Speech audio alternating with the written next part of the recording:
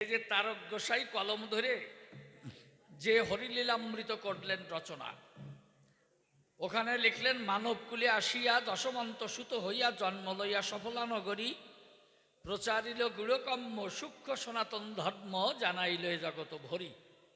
তাই সনাতন ধর্ম আদি থেকেই ছিল, মাঝখানে হিন্দু ধর্ম হলো, তারপরে আবার তারক গোসাই ওই সনাতন শব্দের সঙ্গে এই সূক্ষ্ম শব্দটা যুক্ত করল কেন? বলে হিন্দু ধর্ম হলে পরে আদিতে সনাতন ধর্ম ছিল, ভালোই ছিল। যখন হিন্দু ধর্ম হলো তখন অনেক খুঁটিনাটি এলো ওর ভিতরে, তাই সেইগুলো আমার হরি ঠাকুর এসে বলে গেলেন আপনাদিগের পাশে পাগল করেছেন বর্ণন, যত ছিল খুঁটিনাটি তাই ভাব করতে পরিপাটি।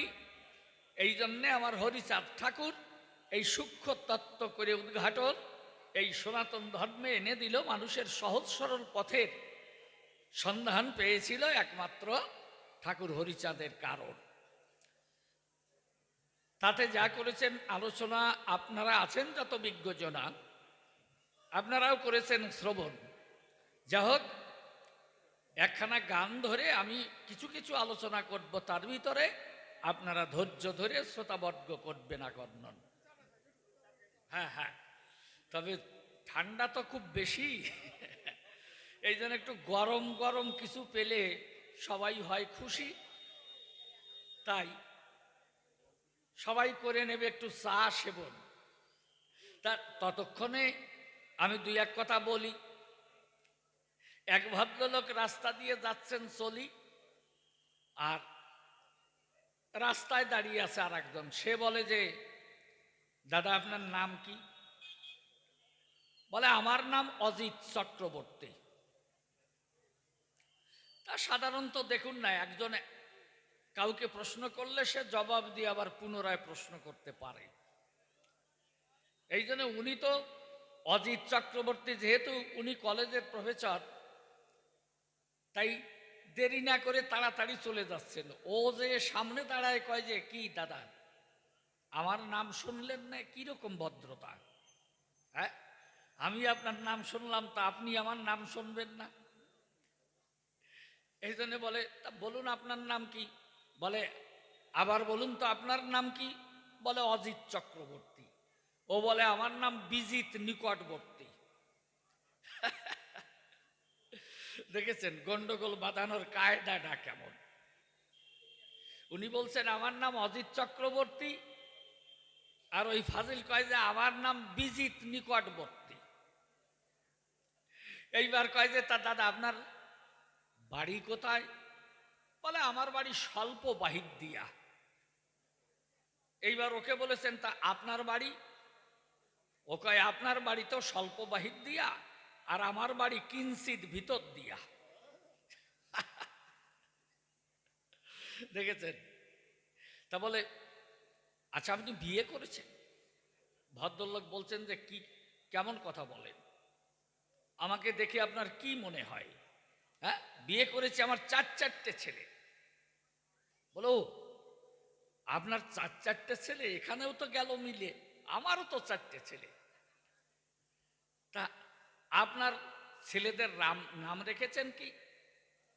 উনি বলছেন, দেখুন আমার ম্যাডাম তো এই সাহিত্যের প্রভাষিকা, এই জন্যই উনি খুব রসিকা, তাই ছেলেদের নাম একটু মিলিয়ে মিলিয়ে করেছেন, রক্ষণ মিলিয়ে মিলিয়ে রেখেছেন। বলে সেটা কেমন? বলে আমার স্ত্রী আমার চারটে ছেলের নাম রেখেছেন সম্বর, অম্বর, পীতম্বর, দিগম্বর। এই যে পরপর এইভাবে মিলিয়ে নাম রেখেছেন, সম্বর, অম্বর, পীতম্বর আর দিগম্বর। ও বলে যে আমার চারটে ছেলের নাম কি তা শুনবেন না? ভদ্রলোকে তো কলেজের দেরি হয়ে যাচ্ছে, উনি তাড়াতাড়ি হন হন করে হেঁটে যেতে চান, আর ও পেছন থেকে পাঞ্জাবির কোনা টেনে ধরে বলে যে, কি ব্যাপার বললেন না? জিজ্ঞেস করুন আমার চারটি ছেলের নাম কি। বলে ঠিক আছে বলুন। হ্যাঁ, আমার স্ত্রীও খুব রসিকা। আপনাদের ছেলেদের নাম যেমন মিলিয়ে রেখেছেন সম্বর, অম্বর, পীতম্বর, দিগম্বর। আর আমার 4টি ছেলের নাম হলো সেপ্টেম্বর, অক্টোবর, নভেম্বর, ডিসেম্বর। বুঝেছেন? এ দ্বিতীয় হয় না কান্টা ভাঙা চর। তা এইরকম কিছু কিছু লোক ওই পায়ের নিচে পাড়িয়ে ধরে কিন্তু গন্ডগোল বাধায়। তবে যেহেতু আমি প্রশ্নকর্তা, 2-1টা কথা বলতে পারি, তারে নিবেদন করি আপনাদিকে পদনখরে, তাই বলে আমাকে দোষ দেবেন না। কেননা আগেই বলেছি কবি গানটা প্রতিযোগিতামূলক। এই জন্যে উনি বললেন যে এই মতুয়া ধর্ম 4টি স্তম্ভের পরে নির্ভর করে আছে। দেখেছেন? তার একটা হলো অকামনা, রাগাত্মিকা, আবার ওদিক বেদাতীত। এই যদি হয় মতুয়া এই তত্ত্বের বিহিত উনি যা করেছেন আলোচনা। আচ্ছা, আমার দ্বিতীয় যে প্রশ্ন ছিল, আমি প্রশ্ন করেছিলাম যে হরিচাঁদ ঠাকুর যে জগতে এলো, এসে নূতন কি দিল? এমন কি বাকি ছিল যে তাই তিনি এসে করলেন অর্পণ? আমি বলেছিলাম তথাস্থান যে এই যে যুগে যুগে ভগবান এই জগতে করেছেন অবতরণ, যে যুগে যা দরকার ছিল সবই তো তারা এক একজন যুগ ধর্মে দিয়ে গেল। তেমন কি বাকি ছিল তাই যে হরিচাঁদ ঠাকুর এসে তাই দিয়েছেন নূতন? তাতে দেখেছেন উনি বলেন মতুয়ার প্রেম ভক্তি অকামনা। দেখেছেন? তন্ত্র মন্ত্র নাহি জানে ব্রজ উপাসনা। তা ব্রজ উপাসনা যদি হয়, আপনারা একটু খুলে বলুন তো আমায়, এর নতুন কোন জায়গায় দাদা? কিছু নতুন ছিল?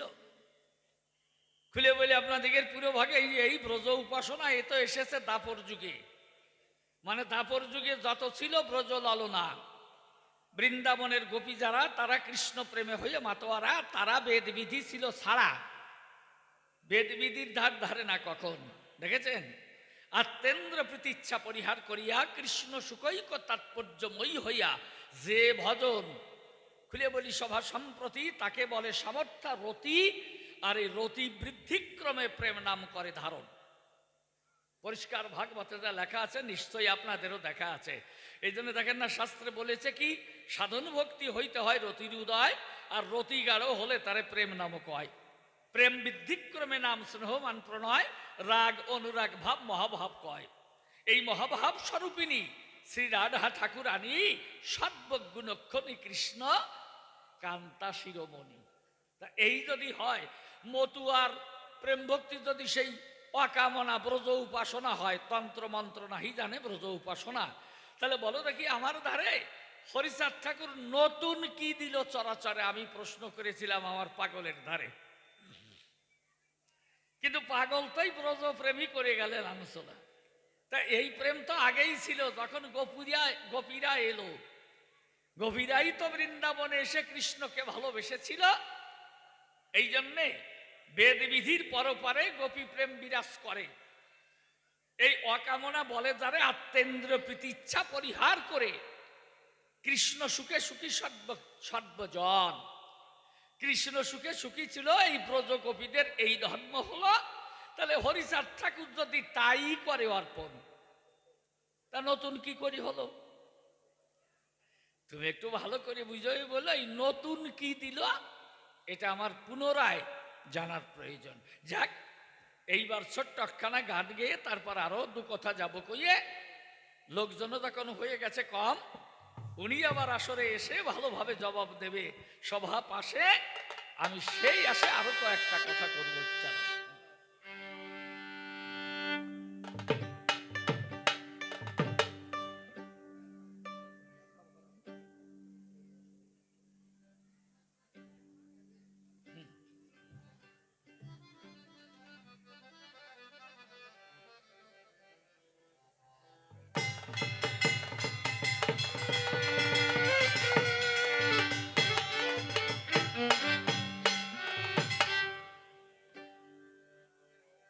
আমার ব্যথা ভরা প্রাণের কথা কেউ না শোনে যদি,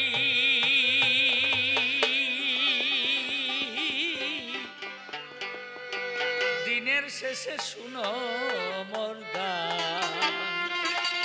ওগো দরদি, আর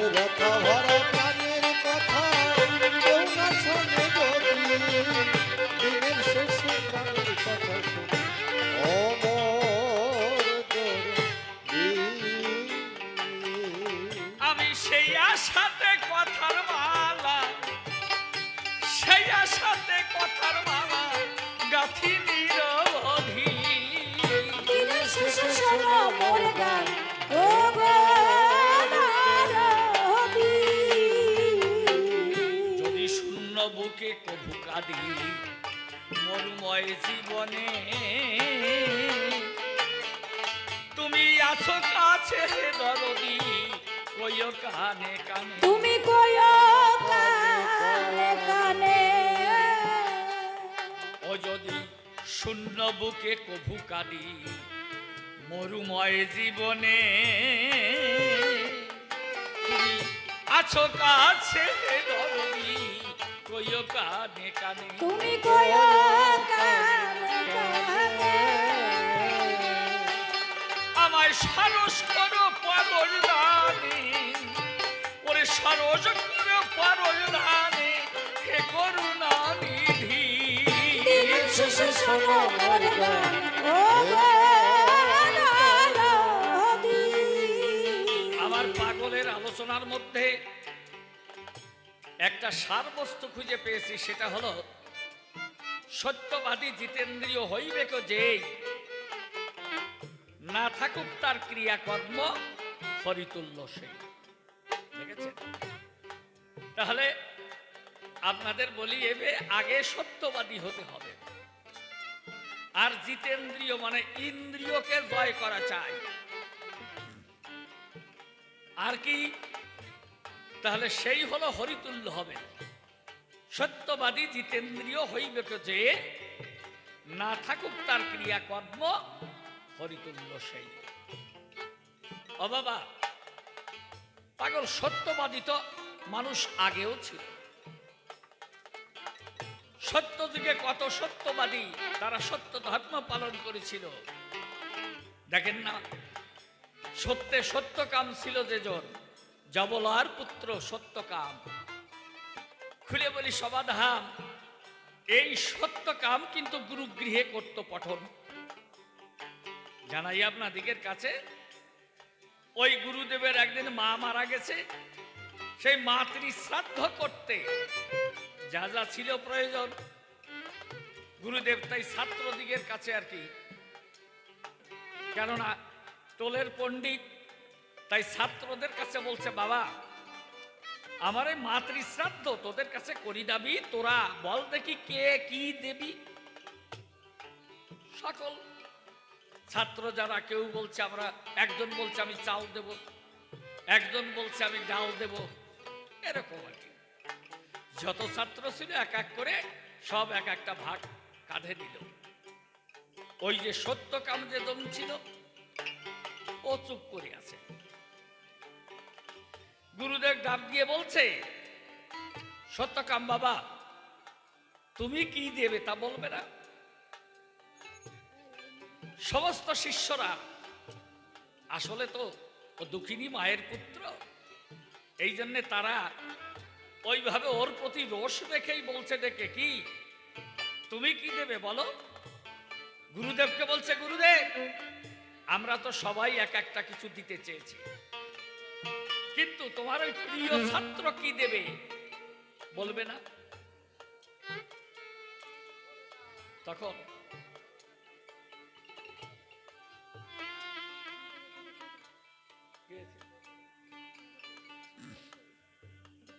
ও ডকে বলেছে, গুরুদেব আমি মায়ের কাছে জিজ্ঞাসা করে ফিরে এসে কাল বলবো। সত্যকাম যখন বাড়িতে যায়, মাকে বলছে, মা আমার গুরুদেবের মায়ের শ্রাদ্ধ, এই জন্যে সব ছাত্র চাল ডাল তেল এগুলো সব এক একজন ভাগ করে নেয়, কিন্তু আমি কি দেবো গুরুদেব শুনতে চেয়েছে। মা বলো তো। বলে, দেখ বাবা আমি তো দুঃখিনী, তুই দুঃখিনীর পুত্র, জন্ম নিয়েছিস দুঃখিনীর ঘরে, তাই আমি দাঁড়ে দাঁড়ে ভিক্ষা করে যা পাই তাই দিয়ে আমি তোকে পড়াই আর তোকে খাওয়াই। যদি থাকে কিছু তাহলে আমি খাই, না হলে থাকি না।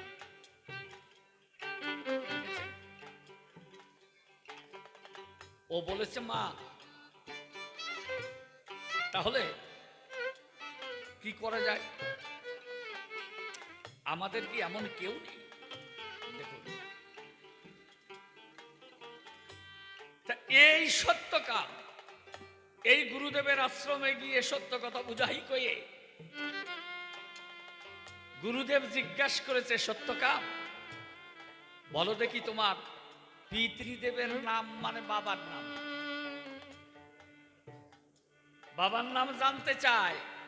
সত্যকাম করে বর্ণনা, গুরুদেব আমি তো জানি না। অন্যান্য ছাত্র যারা ছিল তারা হো হো করে হেসে উঠেছে। বলো বাবার নাম জানে না, তাহলে কি হবে? গুরুদেব দেখেন ভেবে। সত্যকাম বলছে, গুরুদেব আমার মা তো আমাকে কোনোদিন বলে নাই, তাহলে আমি মায়ের কাছে শুনে এসে আমি জানিয়ে দেবো তোমার পাশে। পরদিন এসে বলছে যে গুরুদেব আমার মা যারা এই চাতুর্মাস্য ব্রত করে, তাই 12 জন এই ব্রাহ্মণের সেবা করে আমাকে গর্ভে ধারণ করেছিলেন। এই জন্য আমার মা আমার বাবার নাম ঠিক করে বলতে পারে নাই। দেখেন, একেবারে পরিষ্কার সত্য কথা। বলে আমার মা 12 জন পুরুষের সেবা করে আমাকে গর্ভে ধারণ করে, এই জন্যে আমার বাবার নাম মা বলতে পারে না। যেই বলেছে ওই সব ছাত্ররা হো হো করে হেসে উঠেছে, কিন্তু তাতে সত্যকামের কোনো লজ্জা নাই। মাথা উঁচু করে দাঁড়িয়ে আছে। গুরুদেব বলছে, আয় বাবা, আয় আমার কাছে, তুই সঠিক ব্রাহ্মণ। কেননা সত্য কথা বলি, যদি তুই সত্যবাদী, নিজের গলের পৈতা খুলে ওই সত্যকামের গলে দিয়েছে তুলে, এবং এই সত্যকাম সেদিন থেকে তার হলো নামকরণ। তা শুধু এই যুগে সত্যবাদী জিতেন্দ্রীয় হইবে যেই, না থাকুক তার ক্রিয়াকর্ম হরিতুল্য সেই। শুধু মতুয়ারা সত্যবাদী হবে তা তো না, আদিকাল থেকে এই সত্য বিরাজ করে আসছে। ও পাগল, একটু বলো দেখি আমার কাছে। তারপর তুমি যে বললে যেই মতুয়াদের প্রেম ভক্তি অকামনা, তন্ত্র মন্ত্র নাহি জানে ব্রত উপাসনা। তাই অকামনা যদি হয়, কি দেব পরিচয়? এ তো ছিল মধুর ব্রজালয়। গোপীদের চেয়ে এইভাবে অকামনার কেউ ছিল না দুনিয়ায়। দেখেছেন, তারা সবকিছু পরিত্যাগ করে, আত্মেন্দ্রিয় প্রীতিচ্ছা পরিত্যাগ করে, আত্মেন্দ্রিয় প্রীতিচ্ছা পরিহার করিয়ে তারা সব দিয়েছিল গোবিন্দ চরণ করে। দেখলেন? তাহলে এ তো আগেই ছিল। আমি বললাম যে পাগল, হরিচাঁদ ঠাকুর এসে নতুন কি দিল এইটুকু একটু জানার প্রয়োজন। কিন্তু পাগল বললেন কি, যেই মতুয়া ধর্মটা এর উপরে দাঁড়িয়ে আছে। যাই হোক, তা পাগল তুমি আবার আমার মিনতি নিও যে হরিচাঁদ ঠাকুর এসে খুলে বলি তোমার পাশে সত্যিকারের নতুন কি দিয়েছিল একটু ভালো করে করি। দেখেন, আর একটা প্রশ্ন করেছিলাম যে হরিচাঁদ আসল হরি, পূর্ণানন্দ হরি, এই কথাটা তারক গোসাই লিখলেন কেন? সকলই হরণ করে তারে বলে হরি। এখানে রাম হরি, কৃষ্ণ হরি, শ্রী গৌরাঙ্গ হরি, প্রেমদাতা নিত্যানন্দ তার সমীপ ভারে, হরিকে হরায় সেই হরি ভক্ত দ্বারে। নিত্যানন্দ হরি, কৃষ্ণ হরি, গৌর হরি, হরিচাঁদ আসল হরি, পূর্ণানন্দ হরি। উনি জবাবে প্রথমে বলেছেন যে রাম হরি, কৃষ্ণ হরি, শ্রী গৌরাঙ্গ হরি, হরিচাঁদ আসল হরি, পূর্ণানন্দ হরি। এই লাইনের পরে ওই লাইন না। দেখেছেন? তাহলে এই জন্যে হরি লীলামৃত এনে বলে গেছে আপনাদের সন্নিধানে। কিন্তু সেই একই কথা ওই রাম হরি, কৃষ্ণ হরি, শ্রী গৌরাঙ্গ, এই জায়গাও 3 জন, নিত্যানন্দ হরি, কৃষ্ণ হরি, গৌর হরি, এখানেও সেই 3 জন। কি বাবা, তাই না? তাহলে সেই 3 জনই আছে বলে আপনাদের কাছে তা এই জন্যে বলে এরাও যেমন হরি ছিল, আর তেমনি এই হরি চাঁদও আসল হরি, তাই পাগল করে গেছেন পণ্ডিত। যা হোক, আমরা অনেক তত্ত্ব জেনেছি বলি আপনাদের কাছাকাছি। আমি অতিরিক্ত আর কিছু বলতে যাব না, কেননা হরি লীলামৃত আলোচনার পরে পুনরায় প্রশ্ন করা যায় না। কিন্তু আসলে কি বাবা যায়, কেননা তার বিরুদ্ধে কিন্তু এই বিরুদ্ধাচরণ করা চলে না। যাক, তাই আমি গেয়ে আমার এই গান আমি করব সমাধান, তারপর পাগল এসে পুনরায় করবে আলোচনা। যদি শূন্য বুকে কবু কাঁদি মরুময় জীবনে, তুমি আছো কাছে সে দরদি কইও কানে কানে, আমায় কয়ো কানে কানে, আমায় সরস করো পারল দানে, সরস করো পারল দানে, হে করুণা নিধি। শেষে শোনো মোর গান ও গণারাধি। যেদিন জীবন সন্ধ্যা আসবে নামি নিভে যাবে বাতি, আমার হারাইবে পথের দিশা ঘনাইয়ে কাল রাতি। ও ঘনায় কাল রাতি। ও যেদিন জীবন সন্ধ্যা আসবে নামি নিভে যাবে বাতি, ওরে ঘনাইবে পথের দিশা ঘনাইয়ে কাল রাতি। ও ঘনায় কাল রাতি। ও তুমি আমায় খুঁজে নিও সাথী, আমায় খুঁজে নিও সাথী, পথ ভুলে যাই যদি। দিনের শেষে শোনো মোর গান ও গণারাধি। ও তাই নিশি বলে তোমায় দেবা, ওরে আমার কিছু না, ওরে শত দুঃখের মাঝে যেন তোমার দেখা পাই। আমি তোমার দেখা পাই। অধম নিশি বলে তোমায় দেবার গো, আর আমার কিছু না, এই শত দুঃখের মাঝে যেন তোমার দেখা পাই। আমি তোমার দেখা পাই। ও তোমার নাম নিয়ে এই জীবন কাটাই, তোমার নামে নিয়ে এই জীবন কাটাই, হৃদয়ে বিনা সাদী। দিনের শেষে শোনো মোর গান ও গণারাধি। দেখো জটিল নামে ভক্ত ছিল ভাগবতের পাতায়, ওরে ভক্ত ভগবান একই অঙ্গ দিল পরিচয়। ভাগবতে বর্ণিত এক জটিল ভক্ত ছিল এমনি, দুঃখিনী মায়ের একমাত্র নন্দন। তাই তো আগে যে কথাটা বলতে গিয়ে থেমে গিয়েছিলাম,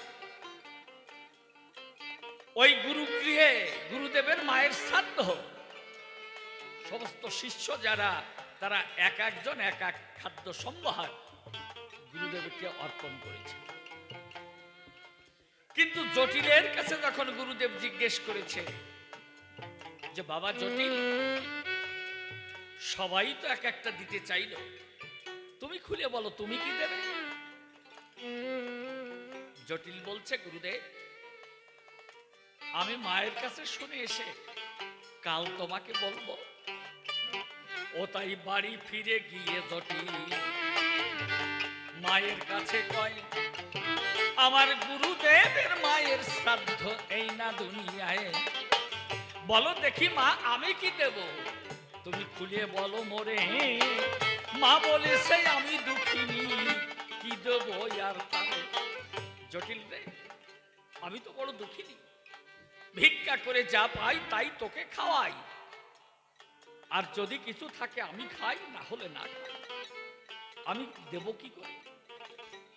জটিল বলছে, মা আমাদের কি কেউ কোনো আপনজন বলতে কেহ নাই, যে যার কাছে গিয়ে আমি কিছু পেতে পারি? জটিলের মা বলছে, বাপরে জটিল, জানিস তোর এক দাদা ছিল, কিন্তু তুই আমার গর্ভে আসার পরে কি বলবো তোর গোছরে, সে আমাকে চিরতরে ফাঁকি দিয়ে বিদায় নিয়ে গেল। জটিল বলছে, মা আমার দাদার নাম কি? মা তারে বলছে, খুলি জটিল রে, তার নাম হলো বনমালী।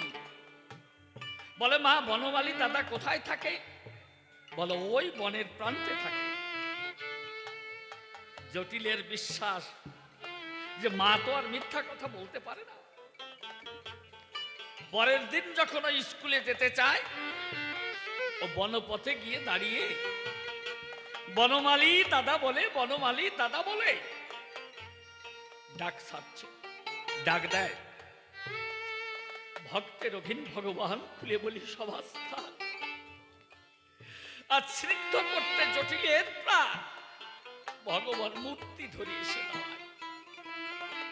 আগে যখন ডাক শোনে না, জটিল বলছে, ও দাদা, এই জন্যই তুমি এত নিষ্ঠুর,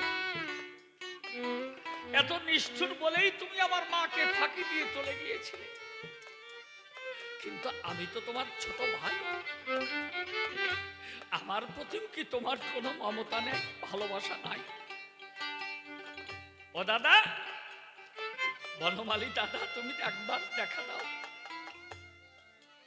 ভগবান তখন ভক্তের ভক্তিতে বলি সভা সাক্ষাতে অপরূপ রূপ ধরে এসে জটিলের সামনে দাঁড়িয়েছে। ডাক দিয়ে বলেছে, জটিল রে ভাই, আয় কাছে আয়। জটিল অবাক হয়ে তাকিয়ে আছে। আজ ভগবানের সাজসজ্জা দেখে জটিল বলছে, দেখে দাদা তুমি কি রাজা? ভগবান বলছে, হ্যাঁ রে জটিল।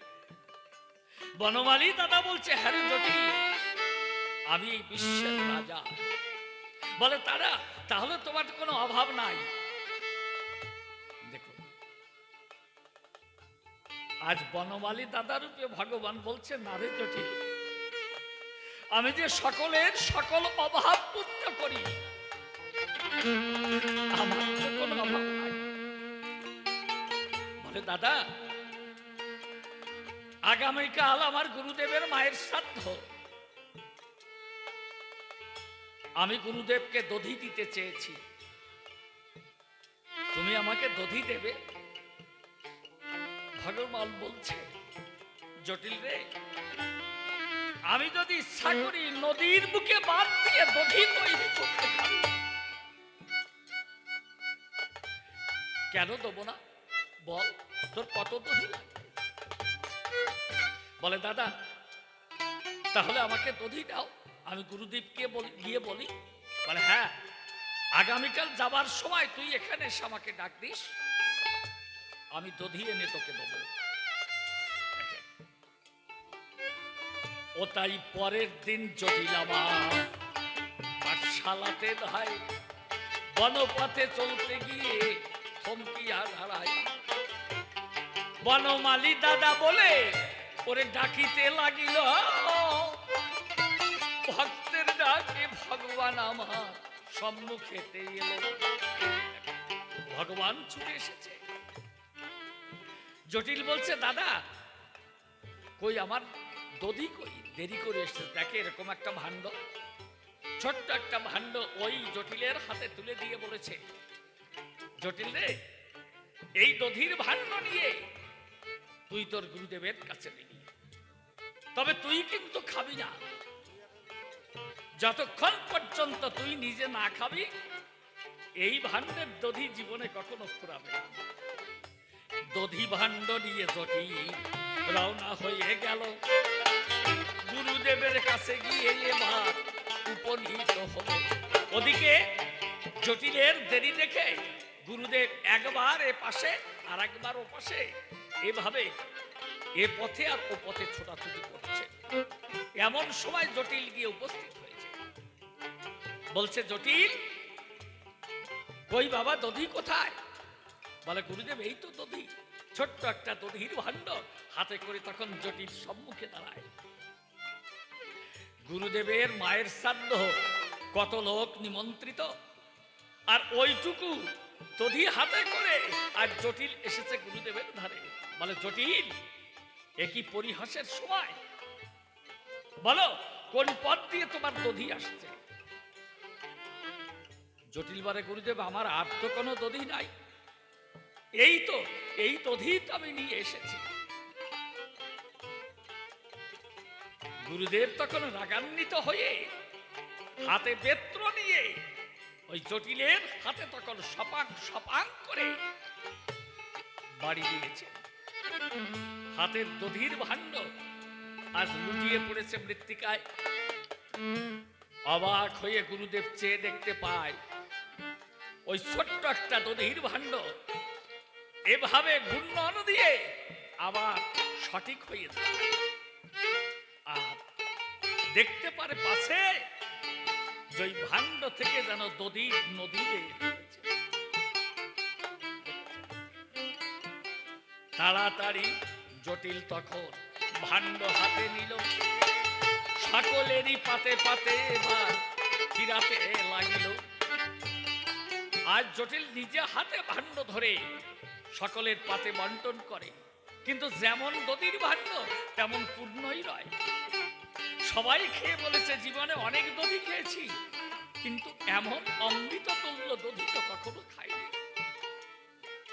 এই প্রশংসা যখন শুনতে পায়, গুরুদেব তাড়াতাড়ি এসে ডাক দিয়ে বলেছে জটিলের পাশে, বাপরে জটিল দে দেখি একটু আমায়। সবাই তো দধির প্রশংসা করেছে। জটিল যখন গুরুদেবকে ওই দধি খেতে দেয়, দধি খেয়ে গুরুদেব আমার আত্মহারা হয়। ডাক দিয়ে বলেছে, জটিল রে তোকে এই দধির ভাণ্ড কে দিয়েছে? বলে, আমার বনমালী দাদা দিয়েছে। বলে, কোথায় থাকে তোর বনমালী দাদা? বলে, আমার বনমালী দাদা ওই বনে থাকে। গুরুদেব বলে, দেখাতে পারিস আমায়? জটিল করে বর্ণনা, কেন দেখাতে পারবো না? বলে, চল না একটু দেখাবি আমায়। তাই গুরুদেবকে সঙ্গে নিয়ে জটিল রওনা হয়ে গেল। ওই বনের প্রান্তে দাঁড়িয়ে তখন ডাকিতে লাগিল, বনমালী দাদা বলে জটিল সেথায় ডাকে। ভগবান কিন্তু দেয় না দেখা, লুকাইয়া থাকে। আজ আর ভগবান সহসা জটিলের কাছে আসে। তখন চোখের জলে ভেসে জটিল ডাক দিয়ে বলেছে, বনমালী দাদার পাশে, দাদা আজ কি আমার গুরুদেবের কাছে আমাকে তুমি অপমান করবে? আমি যে গুরুদেবের কাছে তোমার কথা বলেছি, তাই তো গুরুদেব তোমাকে দেখতে চায়। দাদা তুমি একটি বার এসে দাঁড়াও। বনমালী দাদা বলে, শোন রে জটিল শোন, তোর গুরুদেবের আমায় দেখার নাহি তেমন নয়ন। পরে জটিল তোর কাছে জানাই, আমাকে দেখার মতো চোখ তোর গুরুদেবের নাই। তবে তোর কাছে করি দাবি, তুই নিজে তোর গুরুদেবকে পরশ করে দেখাবি, তাহলে আমার দেখা পাবে। ও তাই গুরুদেবকে জটিল যখন পরশ করিল, সঙ্গে সঙ্গে গুরুদেব আমার চেয়ে দেখতে পেল। দেখে অপরূপ রূপ ধরে সম্মুখে দাঁড়ায়, বৃন্দাবনের বংশীধারী, হাতে বাঁশি ধরে, আর মাথায় মোহন চূড়া বাঁধা, পায়েতে রুনু চুনু শব্দ করে অতীব মধুর। আমার ভগবানকে তখন দেখতে পেল